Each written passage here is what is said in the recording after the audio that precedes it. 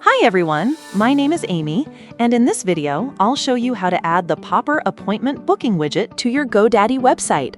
An appointment booking widget can help your visitors schedule meetings easily, improve conversions, and make your website feel more professional and organized. So let's get started. First, go to your Popper dashboard. Once you're there, click on Widgets from the left sidebar, and then click Create New Widget. Now search for Appointment Booking and open the widget. Once the widget opens, the first thing you'll see is the Content tab. Here, you can change the widget title and edit your services, including the service name, price, and duration.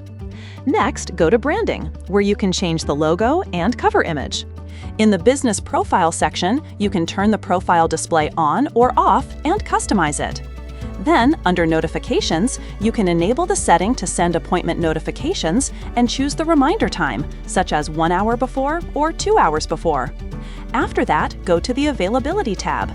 Here, you can select the time zone, choose the booking window, and edit your weekly schedule and available time. In the Design tab, you can choose whether to add the widget as an embed, an inline, or a floating button.